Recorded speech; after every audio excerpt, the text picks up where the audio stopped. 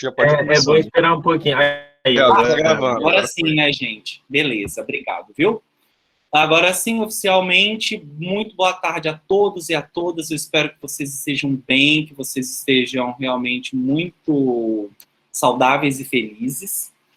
No nosso encontro, olha, eu não estou vendo mais vocês, então eu vou pedir o Murilo para depois fazer aí essa moderação das perguntas. Eu tenho muitas coisas para falar com vocês hoje, porque os capítulos que compõem o material que a gente vai discutir hoje são capítulos que tratam de temas muito legais, e eu preparei essa apresentação porque eu trouxe alguns trechos da própria obra. Eu trouxe também uns trechos do livro Comunicação Não Violenta, do Marshall Rosenberg, que é o criador dessa técnica, né, dessas técnicas. Tenho também alguns textos que gostaria de fazer a leitura com vocês. Então é isso. Vamos lá.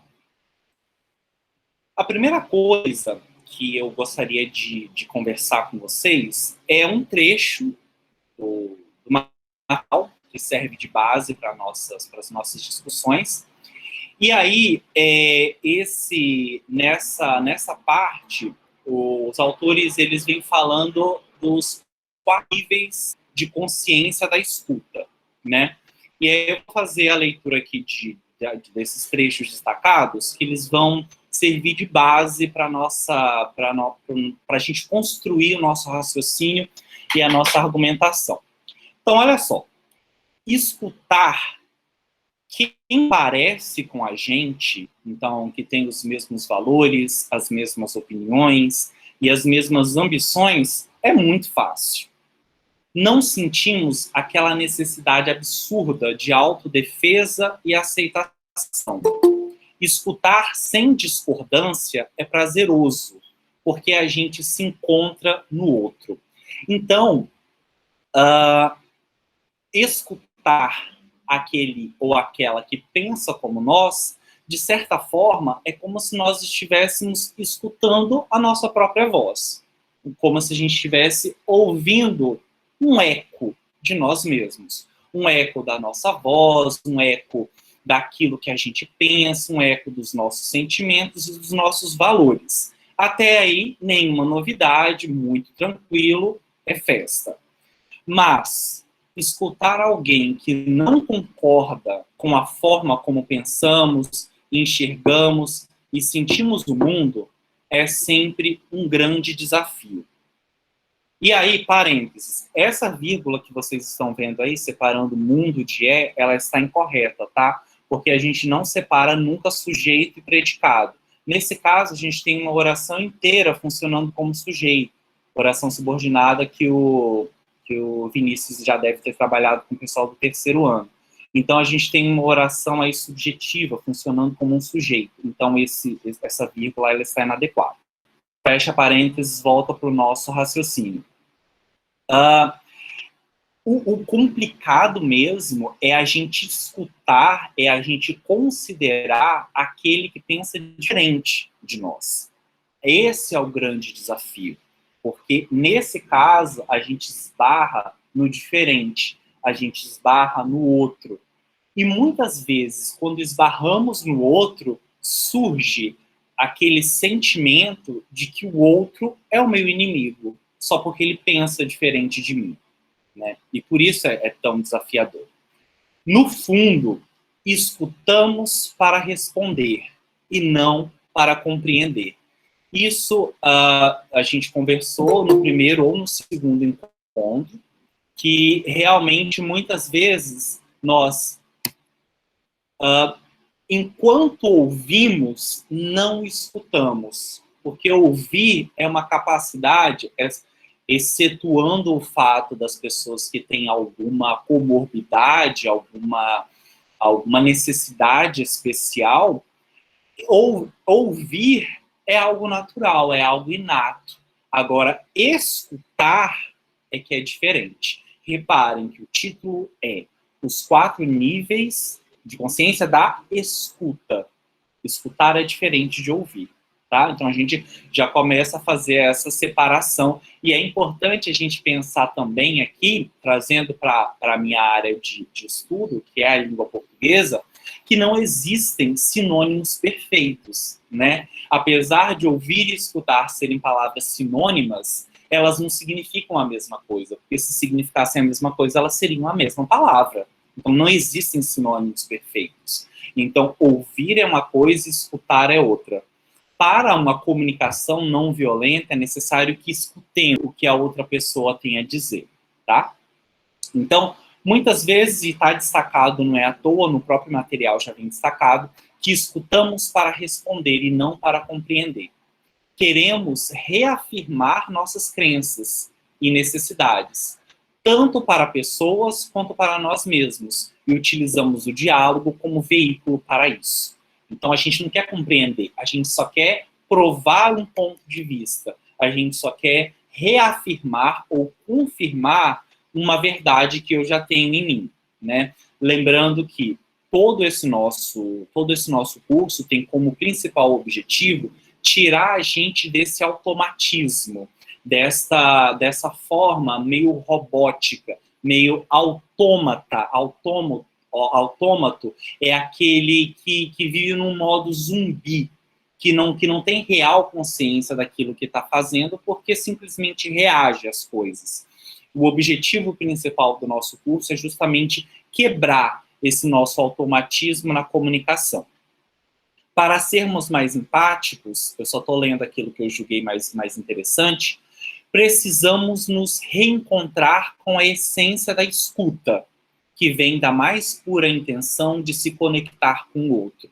Então, o objetivo da escuta é a conexão. Eu ouço, eu posso simplesmente ouvir aquilo que você tem para dizer, mas se eu escuto o que você tem a dizer, eu quero me conectar ao seu pensamento, tá? E aí eu trago para vocês a crônica escutatória desse cronista brasileiro maravilhoso. Quem não conhece Rubem Alves, por favor, assim que acabar essa roda de conversa, vá ler Rubem Alves, que ele vem com esse texto chamado Escutatória, que é um neologismo. Neologismo, vocês viram lá no primeiro ano, é um processo de formação de palavras em que se cria uma palavra nova, né? Então, escutatória é o título dessa crônica, e aí esse aí é o Rubem Alves, esse senhorzinho muito simpático, e esse é o primeiro parágrafo da crônica escutatória, que eu vou ler para vocês aqui, tá? Este encontro foi pensado especialmente para uma pessoa que eu não consegui encontrar no fórum. Eu ainda dei uma pesquisada lá, olhei e tal, mas aí, enfim, muitas coisas acontecendo, eu não consegui localizar. Mas foi uma pessoa, uma moça, eu acho, que disse assim, que gostaria, eu acho que foi nas observações do primeiro encontro, que disse que gostaria de que tivessem mais poemas, tivessem mais sugestão de livros e filmes e tudo mais, então eu trouxe alguns textos nesse sentido. Gente, como eu não estou vendo vocês, e está chovendo e tudo mais, eu queria saber, alguém pode, por favor, abrir o áudio e falar se vocês estão me ouvindo e me vendo? Vamos sim, professor. Tá de boa. Estamos sim, professor. Que isso? O Murilo mandou a foto. O Murilo mandou a foto? Eu dou a foto pro Google. Vou aqui. Vou abrir a câmera aqui, então. Pelo amor de Deus, hein? Todo mundo abrindo a câmera aí, gente. A minha tá aberta aqui desde o início da aula. Davi passou metade entrando na FEBEM, ó. Ok, meus amores, silêncio, por favor. Olha só, e aí eu coloquei esse pensamento, que é algo que eu sempre digo nas minhas aulas, que quando vocês estudam lá com a Alana, né, as 4 habilidades no inglês, né, a gente tem o speaking, o reading, o writing e o listening, né? Então a gente estuda numa língua estrangeira o listening, que é o ouvir. Então eu acredito que, tal qual nas aulas de língua estrangeira, nós temos que educar a nós mesmos para que, de fato, aprendamos a escutar o que se diz no nosso idioma. E aí o Rubem Alves vem com essa crônica chamada Escutatória, e eu peço a atenção de vocês, porque é um texto lindíssimo. Sempre vejo anunciados cursos de oratória. Nunca vi anunciado cursos de escutatória. Todo mundo quer aprender a falar. Ninguém quer aprender a ouvir. Pensei em oferecer um curso de escutatória, mas acho que ninguém vai se matricular. Escutar é complicado e sutil. Parafraseio Alberto Caeiro. Alberto Caeiro, para quem não sabe, é uma das personas criadas pelo poeta português Fernando Pessoa. Fernando Pessoa foi tão genial que ele, além da obra dele mesmo, ele criou personas, ou seja, outros poetas com características específicas, com obras muito específicas. E o Alberto Caeiro, que é o meu preferido, ele diz o seguinte, abre aspas, não é bastante ter ouvidos para ouvir o que é dito. É preciso também que haja silêncio dentro da alma. Fecha aspas. Daí a dificuldade. A gente não aguenta ouvir o outro ouvir o que o outro diz, sem logo dar um palpite melhor, sem misturar o que ele diz com aquilo que a gente tem a dizer. Nossa impaciência de ouvir é a manifestação mais constante e sutil de nossa arrogância e vaidade. No fundo, somos os mais bonitos, os mais inteligentes. Tem um velho amigo, Jovelino, que se mudou para os Estados Unidos, estimulado pela Revolução de 64. Contou-me de uma experiência com os índios. Reunidos, os participantes, ninguém fala. Há um longo silêncio. Os pianistas, antes de iniciar o concerto, diante do piano, ficam assentados em silêncio, abrindo os vazios de silêncio, expulsando todas as ideias estranhas. Aí ele volta à ideia dos índios. Todos em silêncio, à espera do pensamento essencial. Não basta o silêncio de fora, é preciso silêncio dentro, ausência de pensamentos. E aí, quando se faz o grande silêncio, a gente começa a ouvir coisas que não ouvia. Eu comecei a ouvir. Fernando Pessoa conhecia a experiência e se referia a algo que se ouve nos interstícios, ou seja, nos espaços das palavras, no lugar onde não há palavras.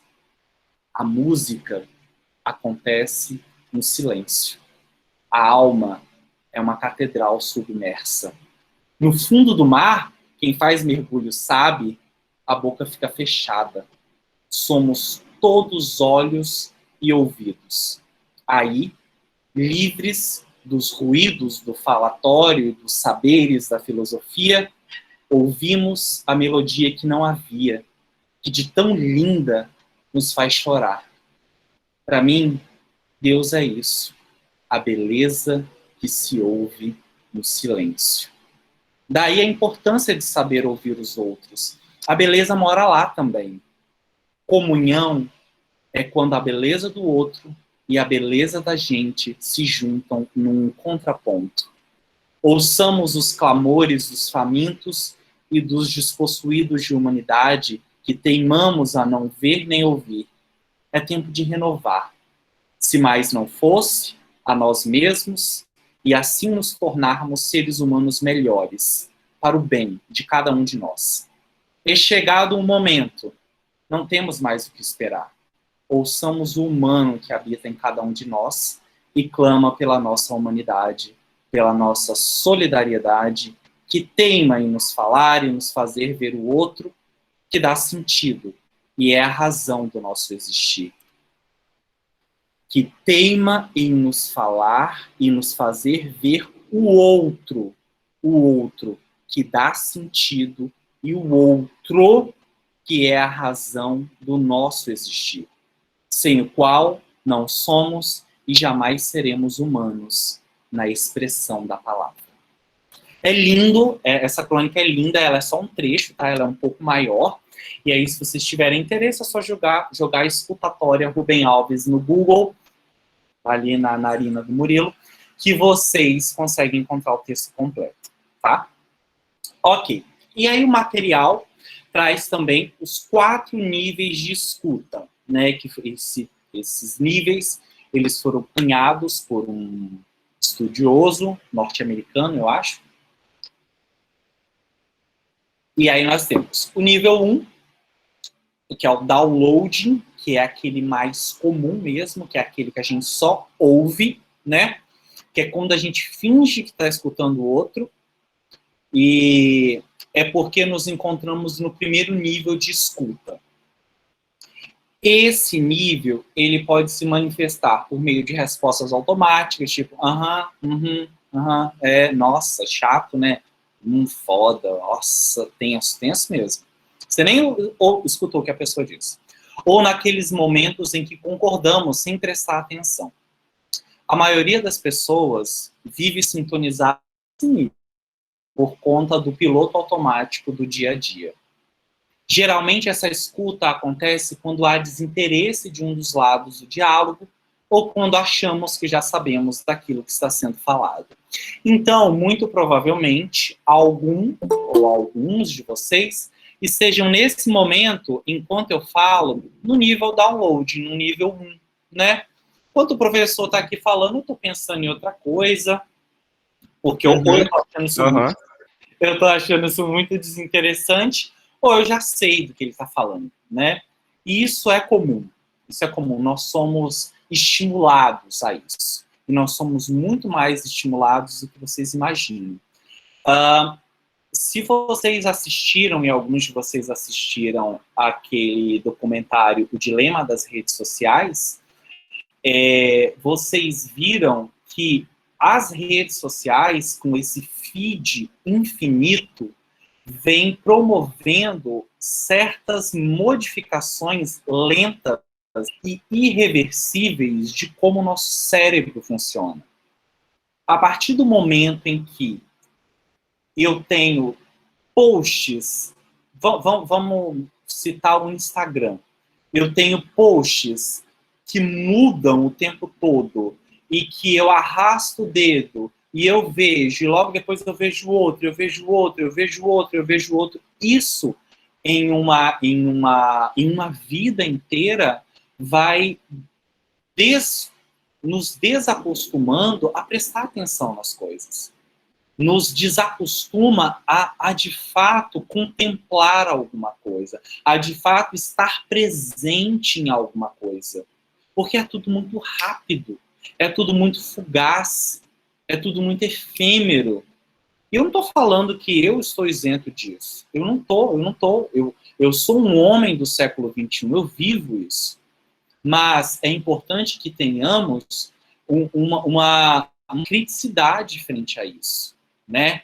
Porque, como dizem o dilema das redes sociais, isso modifica sinapses, estruturas, formas de cognição, em como a gente percebe as coisas. Então, às vezes a gente está muito ansioso, a gente está deprimido, a gente não consegue se concentrar, e a gente acha que está doente, a gente não está doente. Aliás, nós não temos alguma coisa, nós somos levados a construir isso. Então, não estou dizendo que a gente não deve utilizar as redes sociais, mas seria muito mais interessante, né, tirar essas notificações que o tempo todo nos tiram do foco, que o tempo todo nos colocam para olhar de novo, e de novo, e de novo, e que a gente passe a realmente, por exemplo, neste exato momento, que você realmente esteja presente enquanto eu falo, que você realmente preste atenção, para que você eduque o seu cérebro, novamente, a focar, a estar presente onde você está. Porque enquanto eu estou aqui, na aula, no projeto, para as horas, para a minha aprovação, estou só esperando o professor postar aqui a lista e ir embora, e é legítimo também, cada um sabe de si, tá tudo perfeito, beleza, legal, mas isso é um reflexo dessa sociedade rápida, que tudo tem que acontecer muito rápido. E se não deu certo aqui, tudo bem, eu volto pro Tinder e eu tenho um cardápio imenso de pessoas, sabe? As pessoas não estão mais dispostas a investir em nada, a investir o seu tempo. Então a gente tem esse FOMO, né? Fear of missing out, esse medo de estar perdendo alguma coisa. Nossa, enquanto eu estou aqui ouvindo esse professor falar esse monte de besteira, eu estou perdendo o último acontecimento do Big Brother, ou não sei o quê, ou o último meme, ou não sei o quê, não sei o quê. Professor. A gente nunca... Já, eu deixo você falar, querido. A gente nunca tá onde a gente tá.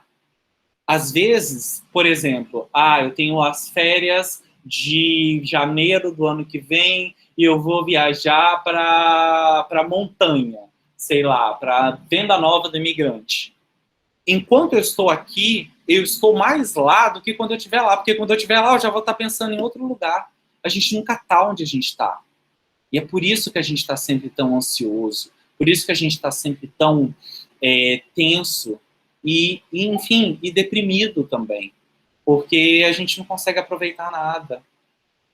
Né? E assim, são discussões que a gente precisa realmente fazer, porque a gente está adoecendo enquanto sociedade, e a gente só vai conseguir modificar isso porque, enfim, não tem como voltar, né? A revolução tecnológica está aí, não tem como voltar, mas a gente precisa entender como nós somos essa geração de transição, a gente está vivendo essa transição, para a gente poder passar por isso de uma maneira minimamente saudável, né? É importante que a gente problematize e que a gente se perceba enquanto coletividade, para que a gente se ajude, para que a gente seja rede uns dos outros, ainda que discordemos de alguns pontos, né? E aí eu acho que por isso que um curso como esse é interessante para problematizar essas coisas. Desculpa, eu não sei quem falou, porque eu não estou vendo a telinha, tá? Mas quem fala seu nome e diz o que você pensa, querido. Professor, eu ia perguntar se você acha que tem alguma coisa a ver com a modernidade líquida. Esse fato de ser tudo acelerado, essas coisas. Total, isso mesmo, perfeito. Eu não ia citar a modernidade líquida, porque eu não sabia se vocês conheciam esse conceito. A modernidade líquida foi um conceito construído por um filósofo, né, o Zygmunt Bauman, que enfim, já faleceu, mas que deixou essa ideia da modernidade líquida, em que a gente vive neste mundo em que nada é sólido, nada é permanente, é tudo líquido, tudo se liquefaz, tudo escorre entre os dedos. E aí, a partir dessa ideia da modernidade líquida, a gente tem a ideia de amores líquidos, né? Esses amores que são fugazes, né? E aí, é bom a gente... assim, tipo, na primeira discussão, nossa, não gostei do amarelo da sua camisa, vamos terminar. As pessoas estão nesse nível. Na primeira rusga, não quero mais. Por quê? Porque eu não preciso. É só eu baixar um aplicativo que eu encontro mais uma pessoa, enfim. E às vezes a gente cava um problema porque a gente está com FOMO, né? Esse FOMO, esse medo de estar perdendo, de estar por fora de alguma coisa. Porque até quando a gente encontra alguém que vale a pena nesses aplicativos, a gente fica pensando assim, será que eu não encontraria coisa melhor? Será que eu realmente estou com a melhor opção de todas? E aí a gente não cria esta realidade, esses relacionamentos sólidos, né? E aí, só fazendo uma relação, trazendo mais uma obra de cultura da nossa contemporaneidade, o CD Cor, que saiu dia 1º de janeiro desse ano, que é um dos mais ouvidos por mim, da Ana Vitória, elas têm uma música que fala assim, criamos pontes sobre amores líquidos. E essa imagem, para mim, é muito, muito, muito bacana, né? De realmente, quando você encontra alguém que nesses amores líquidos consegue construir uma ponte, uma coisa sólida, para unir dois lados diferentes. Eu acho que é bem bacana. E aí, o nosso segundo nível é o nível open mind, que aí realmente é quando a mente aberta, né? Professor, Oi, tem desculpa. uma dúvida. Tem uma dúvida. Fala agora ou depois. Essa Pode questão falar, Zé. que você deu o exemplo da, tipo assim, não gostei da sua camisa, vamos terminar. Tem a ver com questão de bolha social, tipo assim, eu quero estar só onde me convém e eu quero escutar aquilo que eu já penso. Sim. Tem a ver alguma coisa? Eu acho, assim, Zé, eu acho que uma coisa é porque eu falei isso no final do encontro passado. Fujam de explicações simples para questões complexas. Eu acho que essa é uma questão como todas as outras. É uma questão muito complexa, é sempre multifatorial e realmente o diálogo e a discussão que faz com que a gente chegue em alguma coisa.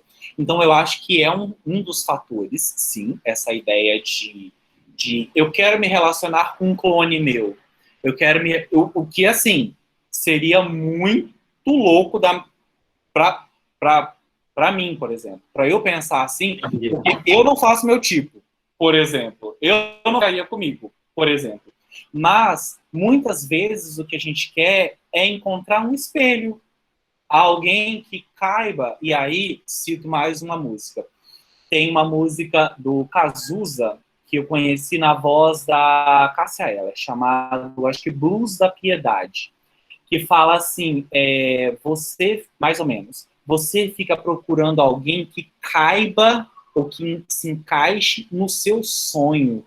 E isso é muito triste. Você tem um sonho, você tem um modelo, uma pessoa exatamente como você quer que ela seja, e você quer encontrar alguém que encaixe ali. Mas, sabe, eu acho que se Deus quisesse castigar a gente mesmo, ele faria tudo aquilo que a gente quer, sabe? Eu acho que se a gente realmente encontrasse alguém dentro da nossa bolha, que pensasse como a gente, que, enfim, fosse, né, a gente fosse dando check em tudo, eu acho que ia ser chato demais, né? Então, eu acho que sim, Zé, é um dos fatores, não o único, mas pode ser um dos mais determinantes da gente tentar encontrar um eu no outro, né? Entendi. Viver no outro. Tá? Virou. Ok. Entendi. Então, vamos lá. Então, o segundo nível, e aí a gente vai tornando mais complexo, é quando a gente abre a mente, por isso, open mind, que é essa ideia de mente aberta, e nós entramos no nível da escuta, que é mais profundo. É quando a gente desliga o nosso julgamento para ouvir os fatos sem alterá-los a partir da nossa percepção pessoal, né? A gente está ouvindo, a gente está escutando, e a gente tem esse distanciamento daquilo que eu ouço, daquilo que eu penso, né? Para essa escuta, né, essa escuta requer que haja uma concentração no que a pessoa está dizendo. Você realmente precisa estar presente.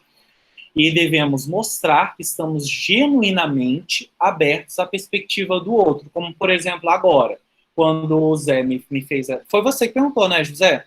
É porque eu não estou vendo aqui. Foi. Ah, beleza. Quando o José fez essa pergunta, e ele, de fato, prestou atenção no que eu disse, e estava open mind, estava com a mente aberta para receber aquilo que eu tinha a dizer, ele estava nesse segundo nível. Isso não quer dizer que ele vai necessariamente concordar depois com o que eu digo, mas é necessário o silêncio dentro para que eu me conecte com o que o outro tem a dizer para mim. E aí a gente vai trocando e a gente vai conversando e chegando, e por fim a gente chega em um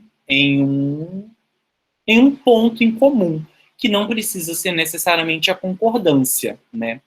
A gente pode sair, cada um com uma opinião diferente, mas as opiniões ainda assim transformadas. Vou passar para o terceiro nível, que é o Open Heart, que é esse coração aberto. Então, enquanto no segundo a gente estava com a mente, o terceiro a gente vai para o coração. A gente tenta sentir, que aí realmente é um nível mais empático. É quando a gente abre o nosso coração e praticamos a escuta empática. E aí já discutimos a empatia. Nesse nível, a conexão acontece mentalmente, que é o nível racional, e também por meio do coração. É uma conexão com o lado sentimental daquele ser. Você não mais apenas compreende o que ele diz, mas você compreende por que ele diz. Porque você chega no âmago da coisa. Porque é bíblico isso, não vou lembrar, eu sei que está no livro de Provérbios, mas está escrito assim: sai da boca, só sai da boca aquilo que abunda no coração. Então, aquilo que sai da sua boca é aquilo que tem tanto no seu coração que transborda. E aí acaba saindo pela boca. Então, quando a gente chega no nível 3, a gente não apenas compreende, a gente sente. Porque a gente se coloca no lugar do outro como se fôssemos o outro. Ou seja, de um modo empático. E, por fim, o nível 4 é o Open Will. E o will aqui, a Lana já deve ter falado para vocês, funciona como um substantivo e não como aquele conectivo, não. Aquele auxiliar que indica futuro. O will é vontade também, é o substantivo vontade em inglês. Então, seria esse nível em que, quando entendemos como aquela pessoa está, né, ali no nível 3, criando os seus pensamentos e nos conectamos de maneira mais profunda com ela, chegamos à escuta generativa. Para alcançar esse nível, devemos abrir nossas mentes, corações e vontades. É preciso se conectar com as necessidades e os sentimentos por trás da fala. Porque eu já falei com vocês, e a gente vai ver isso na semana que vem, toda vez que nós emitimos alguma comunicação, a gente interage linguisticamente, né? Que pode ser de maneira verbal ou não verbal, a gente está manifestando um desejo, a gente está manifestando uma necessidade, né? Então, esses 4 níveis, né, eles podem ser o piloto automático, é o que a gente está autômato, robotizado, nível zumbi, o racional, que é a mente, o empático é o coração, que eu vejo os sentimentos, aquilo que motiva aquilo. Eu não apenas compreendo racionalmente, mas eu sinto também. E, por fim, é a conexão com as vontades, com as necessidades daquela pessoa. Eu acho que esses 4 níveis, eles nos ajudam a compreender, tanto quando o outro fala, e nos ajuda a formular melhores enunciados, né? É isso. Se alguém quiser falar alguma coisa, fica à vontade, que a gente vai para o capítulo 10, que são diálogos transformadores. Os níveis da escuta são esses. Murilo, tem alguma pergunta por enquanto? Por enquanto não, professor. Vou ver se alguém vai mandar aqui. Eu perguntei se alguém vai mandar. Deu para entender muito bem.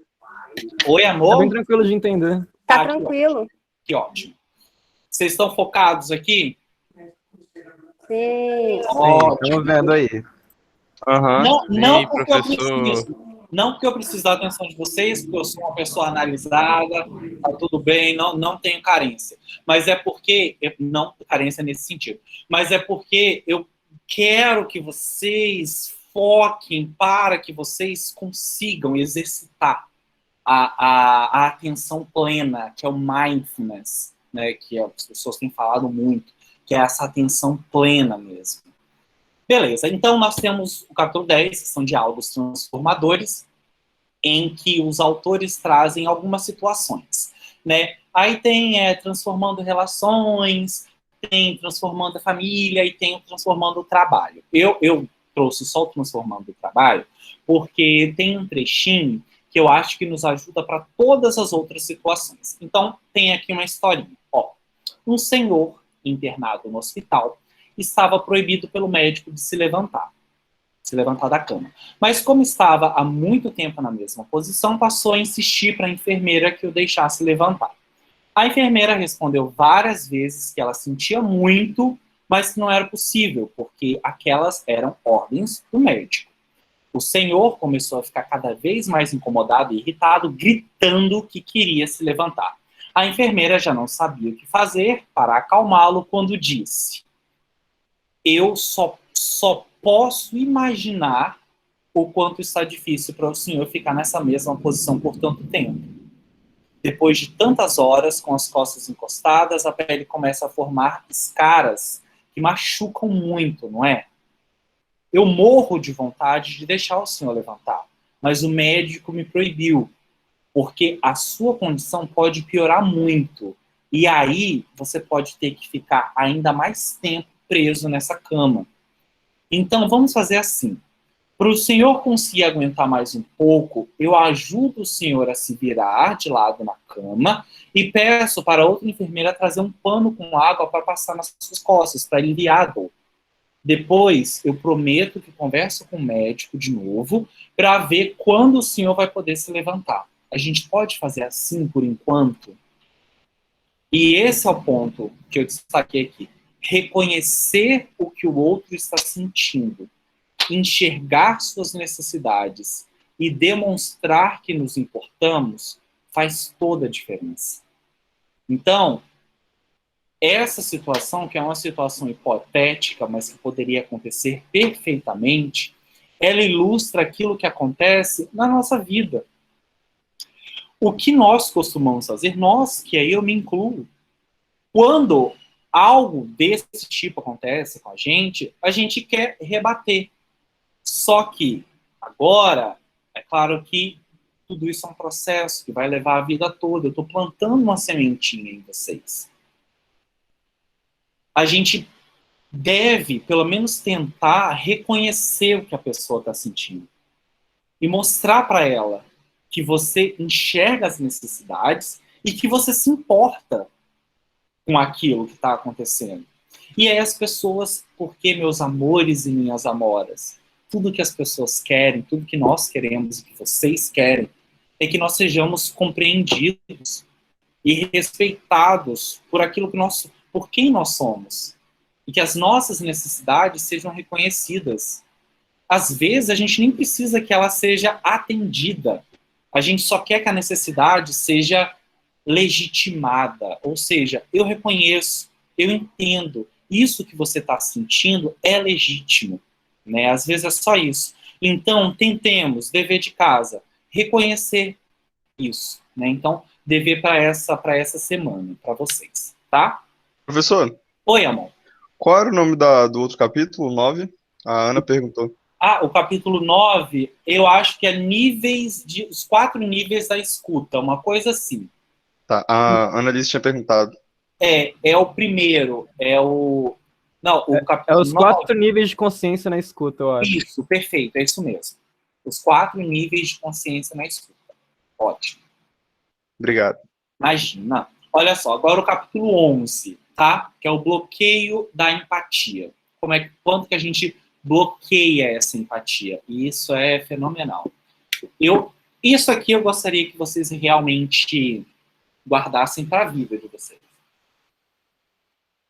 Porque isso tudo só faz sentido se fizer sentido na vida de vocês. Senão, vocês estão aqui só cumprindo as horas de projeto e tudo bem, eu estou fazendo só o meu trabalho, eu estou só fazendo o meu trabalho, você está só cumprindo as horas de projeto e tudo bem. Tá, beleza, legal. Só que eu não estou aqui só cumprindo o meu trabalho, sabe por quê?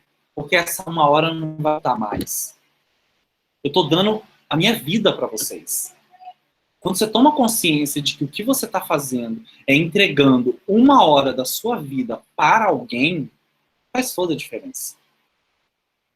É vida, é de vida que a gente está falando. A gente não está falando de hora de projeto, de emprego pura e simplesmente. Tá? Ok. E aí, o que nos impede de perceber na outra ou no outro uma parte de nós mesmas ou mesmos, e assim nos conectarmos a ele ou a ela de modo empático, são as nossas interpretações.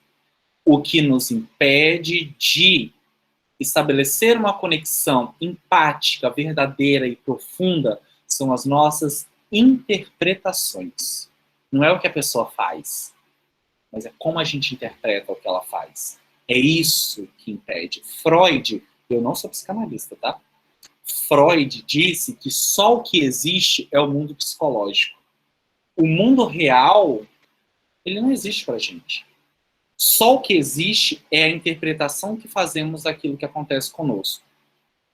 Beleza. E aí, a gente acredita fielmente que aquela imagem e aquele rótulo que a gente cria para a pessoa é a verdade, é a pessoa, né? E muitas vezes nós...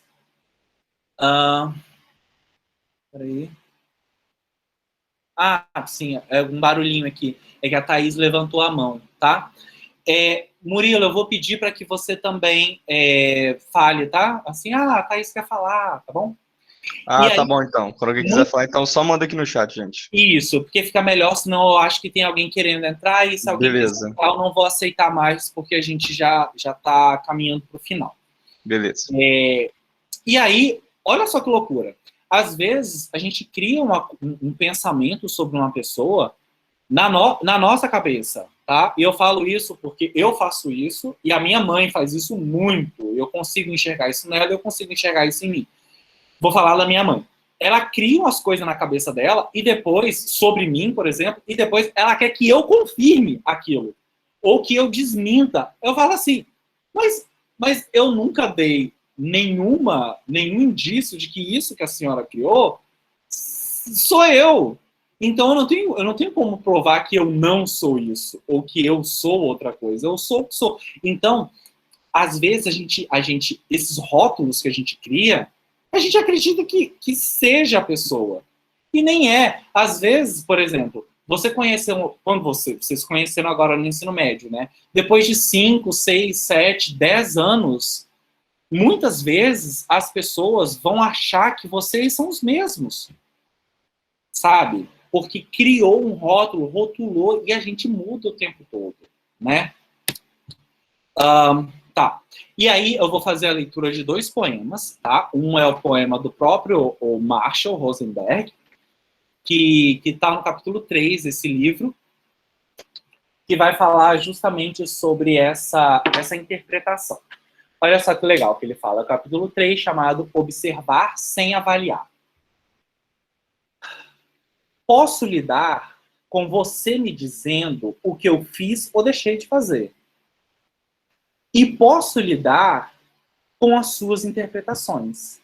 Mas, por favor, não misture as duas coisas.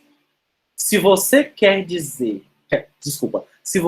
deixar qualquer assunto confuso, posso lhe dizer como fazer. Misture o que eu faço com a maneira como você reage a isso. Diga-me que você está decepcionada com as tarefas inacabadas que você vê, mas me chamar de irresponsável não é um modo de me motivar. E me diga que fica magoada quando digo não às suas aproximações, mas me chamar de um homem frígido não vai melhorar as suas chances. Sim, posso lidar com você me dizendo o que eu fiz ou deixei de fazer. E posso lidar também com as suas interpretações. Mas, por favor, não misture as duas coisas. Então, uma coisa é o que a gente faz ou deixa de fazer. Outra coisa é como você interpreta. Mas aí eu posso lidar com um ou com o outro. Mas não misture as duas coisas.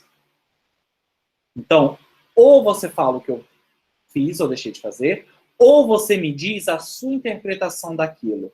Mas não me diga que o que eu fiz ou deixei de fazer é o que você interpreta a partir daquilo.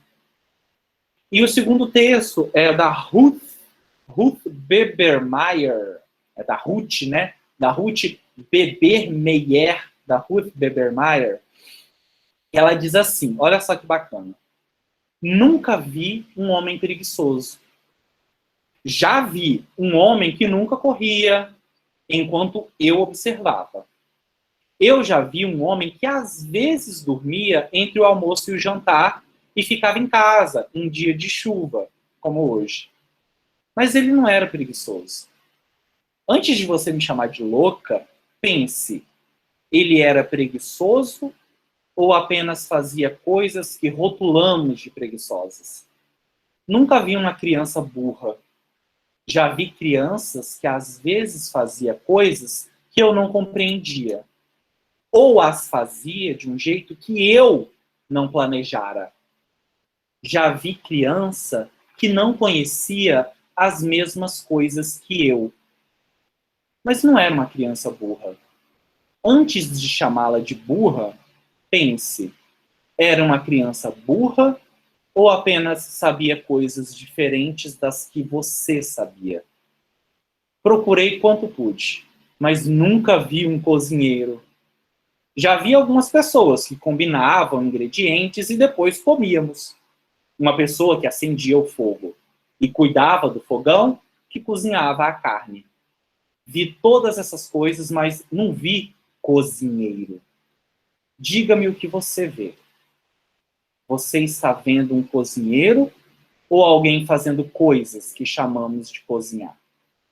O que alguns chamam de preguiçoso, outros chamam de cansado ou tranquilo. O que alguns de nós chamamos de burro, para outros é apenas um saber diferente. Então, cheguei à conclusão de que evitaremos toda a confusão se não misturarmos o que podemos ver com o que é nossa opinião. E por isso mesmo, também quero dizer que sei que esta é apenas a minha opinião. Beleza? Ana, tá com a palavra. Enquanto isso, eu vou colocar um negócio aqui para carregar.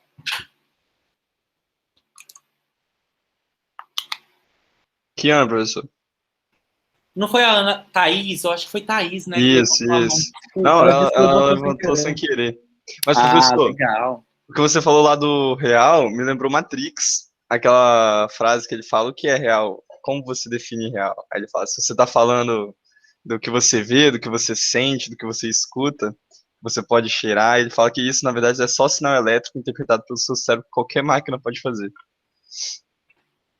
Excelente. A trilogia Matrix, para mim em especial, o primeiro filme, ele é... A gente pode, nossa, ir muito profundo nele, né? Tem coisas assim, pensamentos e reflexões muito, muito bacanas. E aí eu gostaria só de aproveitar a sua fala e fazer mais uma provocaçãozinha, do mesmo jeito que eu fiz a provocação dos 50 tons de cinza, no encontro passado. É importante que a gente deixe destacado uma coisa. As diretoras ou roteiristas, não tenho certeza agora, acho que diretoras ou roteiristas, ou as duas coisas, não sei, de Matrix, são duas mulheres trans. E aí, esse fato, uma delas deu uma entrevista dizendo que uma das possibilidades, né, que as pessoas trans, né, que são aquelas que nascem em um corpo com um sexo biológico e um aparelho reprodutor diferente do seu gênero, né? Então, como, por exemplo, o Tammy Gretchen é um homem trans, a Roberta Close, né, da época de vocês, era uma mulher trans.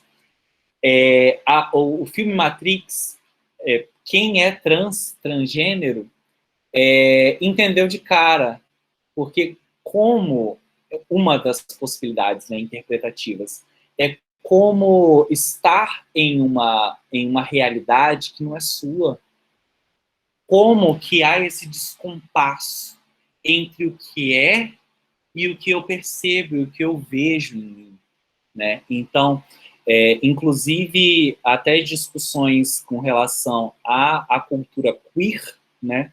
A gente pode fazer a partir do filme Matrix. Mas isso são cenas dos próximos capítulos. E a gente tem 3 minutinhos. Eu vou só concluir isso aqui, coloco a lista para vocês, e eu acho que a gente vai se estender por mais 5, no máximo 10 minutinhos. Tem problema? Problema não. Nossa, Não, Não, tem não, claro que professor, tem não. Beleza, obrigado. Olha só, então, a empatia cria vida em meio à diversidade. Todos nós somos muito mais complexos, isso é um trecho do material, do que os rótulos que hipoteticamente deveriam nos definir. Somos maiores do que um gênero masculino, feminino, ou uma orientação sexual, ou uma orientação de gênero, ou uma profissão. Nós somos muito maiores do que isso. Somos maiores do que nossos hobbies, muito maiores do que os lugares onde vivemos. E quando nos lembramos disso, os bloqueios começam a ser quebrados. Muitas vezes as pessoas nos rotulam, sei lá, pelo lugar onde a gente mora, pelo nosso estado, pela nossa orientação sexual. É claro que só quando a orientação sexual diz respeito a uma minoria, né, uma minoria de sexual e de gênero, né, se você é um homem branco, cisgênero, heterossexual, rico, tudo bem, você está ali no topo da cadeia, né? Mas tudo aquilo que sai, se você é mulher, se você é negro ou negra, se você é LGBT, se você é pobre, se você necessita de alguns cuidados, se você tem alguma dificuldade, né? Alguma necessidade específica, tudo isso as pessoas acabam te rotulando. Você deixa de ser uma pessoa e você passa a ser a negra. Você passa a ser o gordo. Você passa a ser o nordestino. E o mais preocupante é que a gente acredita nisso. Só que quando, o finalzinho, o último período, quando nos lembramos disso, que nós não somos definidos, os bloqueios começam a ser quebrados. Eu vivi isso porque algumas pessoas me conhecem, outras não com tanta frequência, mas eu sou uma pessoa que pratica musculação, né? Eu gosto da musculação. Só que nem sempre foi assim, porque eu sempre fui de humanas, muito good vibes, muito alternativo e não sei o quê, muito Los Hermanos, Radiohead, blá, blá, blá. E eu achava que quem gostava de academia eram pessoas anencéfalas, pessoas sem cérebro, pessoas que se preocupavam com o corpo e não se preocupavam com o intelecto. Só que, não necessariamente. A gente não precisa se rotular. Você pode fazer coisas que as pessoas acham que são muito discrepantes, porque cada um é único, cada um é diverso. Quando a gente aceita a diversidade na gente, a gente aceita a diversidade no outro. E isso é libertador. Isso é libertador, tanto para a gente, quanto para quem está à nossa volta, tá? Eu vou colocar aqui o linkzinho para vocês, me dá só um minuto. Para a gente já caminhar para o finalzinho.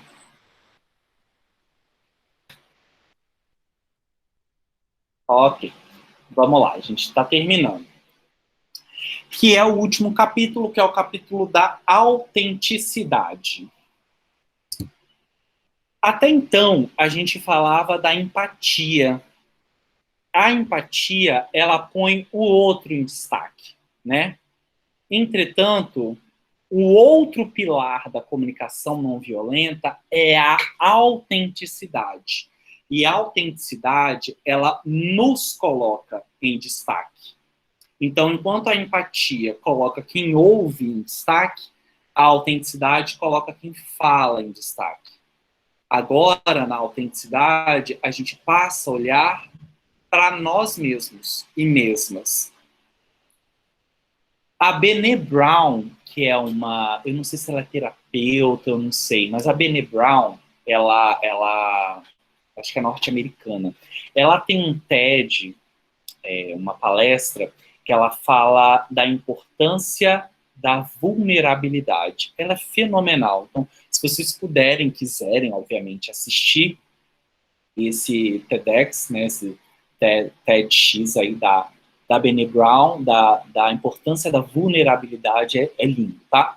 Mas com relação à autenticidade, a Brené Brown fala, a autenticidade é a prática diária de abandonar quem nós pensamos que devemos ser e abraçar quem verdadeiramente somos.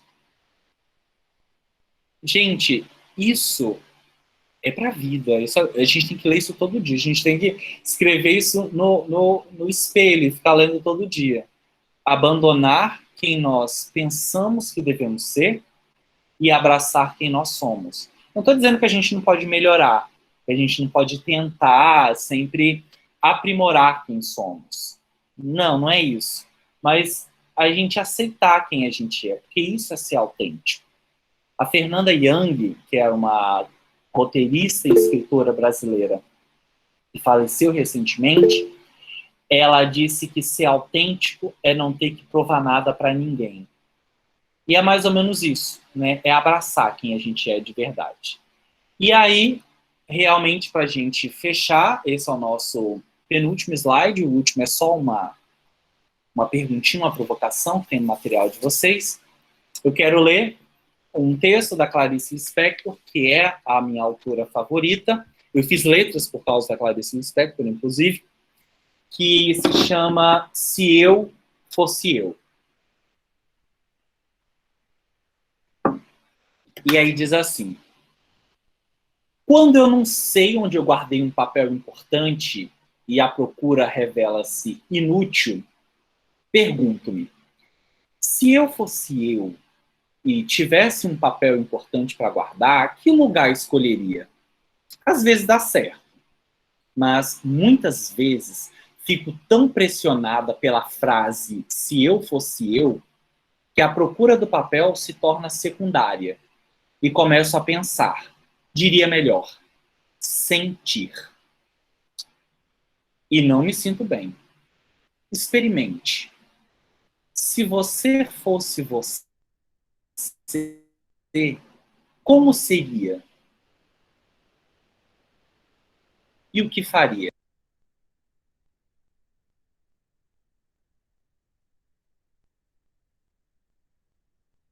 Professor, você tá tá mutado. mutado. Tá mutado. Professor, Professor, Professor, você tá. professor, ele já viu, ele já viu, ele já viu. Ele falou que vai esperar só um viu? minutinho. Falou pra esperar. Falar ele não falou não, né? Nossa, É. ele parou de Só falar fez na o hora que sinal. deu um trovão aqui, eu pensei que era a internet caindo. Isso é um teste que ele tá fazendo, certeza. O pessoal, se a gente tá prestando atenção no que a gente tá falando. Tudo friamente calculado. Quando voltar, finge que não voltou.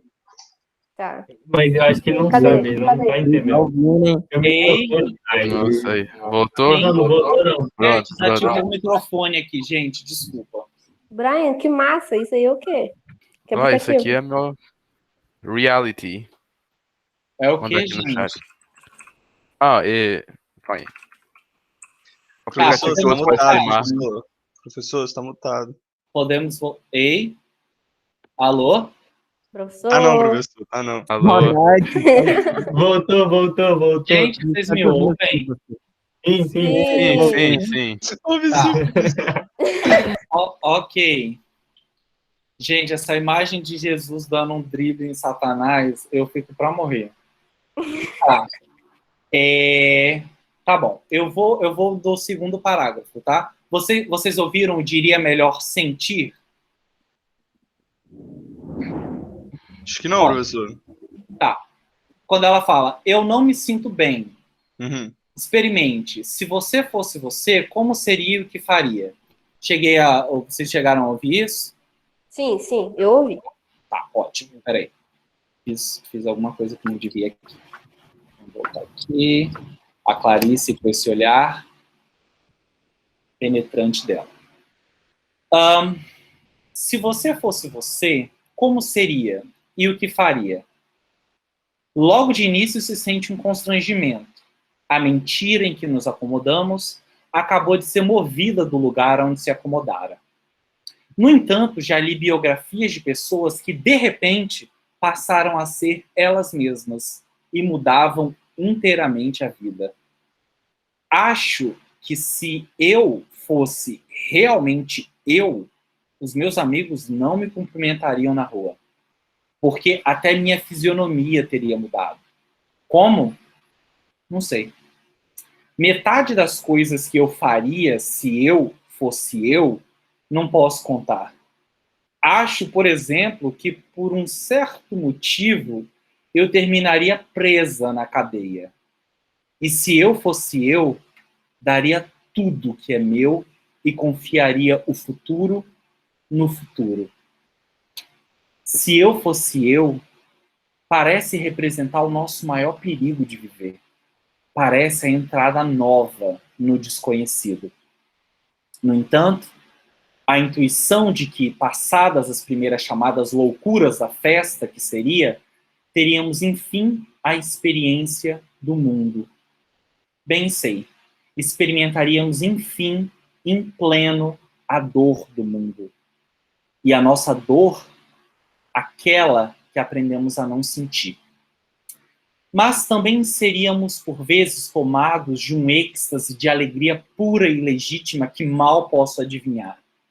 Não, acho que já estou de algum modo adivinhando, porque me senti sorrindo e também senti uma espécie de pudor que se sente, que se tem diante do que é grande demais. E aí, para finalizar, eu tenho essa provocação para vocês, que tem o livro, tem no material de vocês, o quão fiel você tem sido a si mesma e a si mesmo em suas atitudes. Você é você, né? Então é isso, meus amores, minhas amoras. Forte. Muito obrigado pela atenção de vocês e a gente se vê na próxima quinta-feira, se o mundo não acabar em água, né?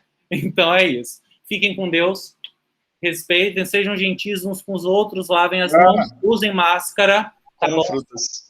E é isso, defenda o SUS e a universidade pública. Professor, Oi? Deixa eu perguntar. Não. Deixa o Davi, pode falar, Davi, primeiro. É que, desde que você falou da autenticidade, eu tinha lembrado de uma fala filosófica no filme muito filosófico, vocês já ouviram falar Thor Ragnarok? Já assistiu? Não, já ouvi falar, mas nunca tive a oportunidade. Muito filosófico, muito filosófico. É um momento que o Thor está tendo uma reflexão com ele mesmo, e a Valkyria, que é uma outra personagem, ela vai e meio que quer acordar ele. E ela fala para ele, você está sendo quem você deveria ser ou quem você é? Tipo assim, porque ele está tentando ser sempre o filho de Odin, o descendente do rei de Asgard. Ele está tentando ser esse cara, tentando ser quem meter ele a ser, sabe? Quem botaram pressão nele para ele ser. Ele não está sendo quem ele é. Isso aí. É bem interessante, é isso mesmo. Isso acontece muito, que muitos pais, inclusive os meus fazem muito isso, colocam todas as projeções que eles não conseguiram no filho deles. Sim. Então isso impede muito a pessoa, o filho, de ter a autenticidade, de ter uma mente própria. Eles são simplesmente carvados pelos pais e fica por isso aí mesmo. Essa é uma discussão, assim, eu não sou pai, tá? Mas uma coisa que, assim, eu ouço muito podcast, eu ouço um podcast de maternidade, chamado Calcinha Larga. E aí, nesse Calcinha Larga, elas falam uma coisa que eu acho muito interessante, que é assim, se você quer ser mãe, se você quer ser pai, porque você quer que alguém siga o seu legado, que alguém, para que você se realize em alguém, algo que você não fez e tal, não seja mãe, não seja pai, né? Porque você vai criar um neurótico, né? Alguém muito, muito dodói da cabeça. E eu acho que isso acontece, isso pode acontecer mesmo. A gente precisa enxergar, e aí eu, como professor, penso isso também, que a gente tem que enxergar os nossos filhos e os nossos alunos como sujeitos como sujeitos de direito, obviamente, mas de vontades também, de sonhos, de desejos, que são diferentes dos meus, né? É aquilo que a poetisa disse.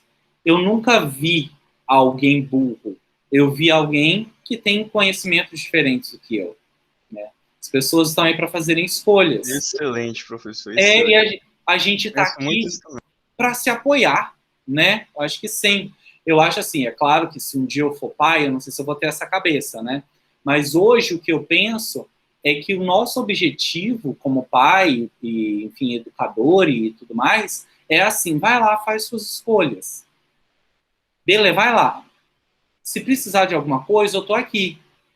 Beleza? Mas vai lá. Constrói o seu caminho, faz a sua vida. Com responsabilidade, com respeito, seguindo as regras e as leis e tudo mais, mas descobre o seu caminho. Eu vivi isso aqui, não deu muito certo e tal, mas no final das contas é você quem decide o que você faz, né? Mas por te amar, eu vou estar aqui. Você quebra a cara? Pode quebrar a cara. Eu posso te ajudar, mas eu não posso viver por você. Acho que é...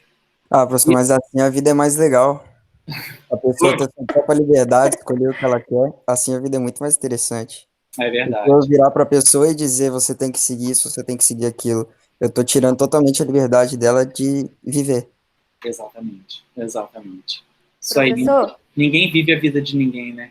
Oi, amor. Exatamente. Fala, Manu. Não, é que eu lembrei da parte que você falou, assim, sobre quem nós somos, né? Quem a gente é, e tem essa coisa de mudar o que é mal em nós, né? É preciso a gente aceitar nós mesmos primeiro, para a gente perceber os erros, entre aspas, né? Porque eu acredito que o que é mal numa pessoa é por ela estar machucada. Sim. E exatamente delas ter falta de empatia. Uma pessoa só tende para o mal quando ela está machucada. Então, ela não se percebe, ela não se vê percebida pelo outro, vista, né, considerada pelo outro. Né? Aí eu queria falar sobre isso mesmo, para a gente ver o que a gente é e também pensar nos machucados que a gente tem dentro também. Que às vezes isso cega a gente também. É verdade. Uma pessoa ferida, né, tá pronta para atacar. Vai pro tudo ou nada. Isso mesmo, Manu. Concordo com você. É verdade. O último Coringa, né? O último Coringa realmente ajuda a gente a pensar isso, né, Matheus? Bem bacana.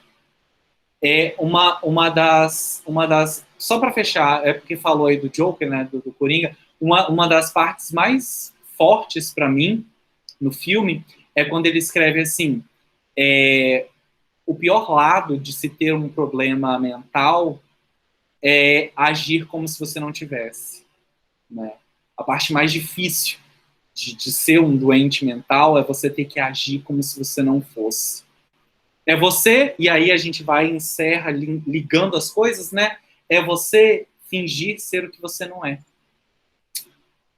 Massa. E aí, com essa frase de efeito, a gente fecha a nossa aula de hoje, que já extrapolou um pouquinho. Eu tenho uma reunião daqui a pouco, então, um beijo, um queijo. Tchau, professor. E é isso, gente. Até professor, muito bom, hein?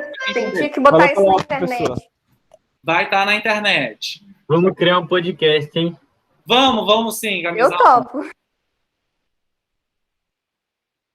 Tchau.